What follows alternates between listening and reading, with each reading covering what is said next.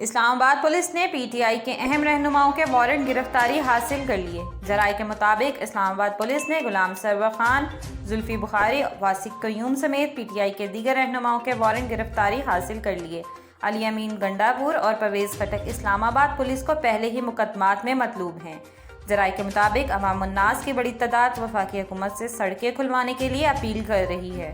وفاقی حکومت کی اجازت سے اسلام آباد پولیس، رینجرز اور ایف سی موٹر وے کھلوا سکتی ہے۔ اسلام آباد میں معمول کے مطابق کاروبار اور ٹریفک کی آمد و رفت جاری ہے۔ یہاں واضح رہے کہ پاکستان تحریک انصاف نے احتجاج کا اعلان کیا ہے، جبکہ وفاقی حکومت نے پی ٹی آئی رہنماؤں کی گرفتاریوں کا فیصلہ کر لیا۔ پی ٹی آئی رہنماؤں کی گرفتاری کے حوالے سے فہرستیں اسلام آباد پولیس کے حوالے کر دی گئیں۔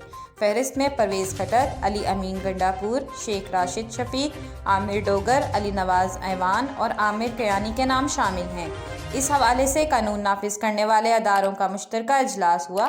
وفاقی دارالحکومت اور اسلام آباد ایئرپورٹ کے راستے بند کرنے والوں سے سختی سے نمٹنے پر اتفاق کیا گیا۔ علاوہ ازیں ترجمان اسلام آباد پولیس نے شہر کی صورتحال اور ممکنہ احتجاج پر اپنے بیان میں کہا ہے کہ بلا اجازت احتجاج کرنے والوں کے خلاف کارروائی ہوگی۔ اسلام آباد پولیس کی جانب سے جاری بیان میں کہا گیا کہ سیاسی جماعت کے رہنماؤں نے اسلام آباد آمد و رفت کے راستے بند کرنے کا اعلان کیا ہے۔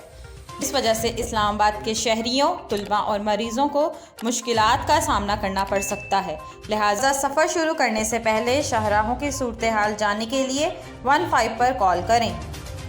پلیز ہماری ویڈیوز کو لائک کیجیے گا، چینل سبسکرائب کیجیے گا اور بیل آئیکن کو کلک کرنا مت بھولیے گا تاکہ مزید معلومات کا سلسلہ آپ تک جاری رہے۔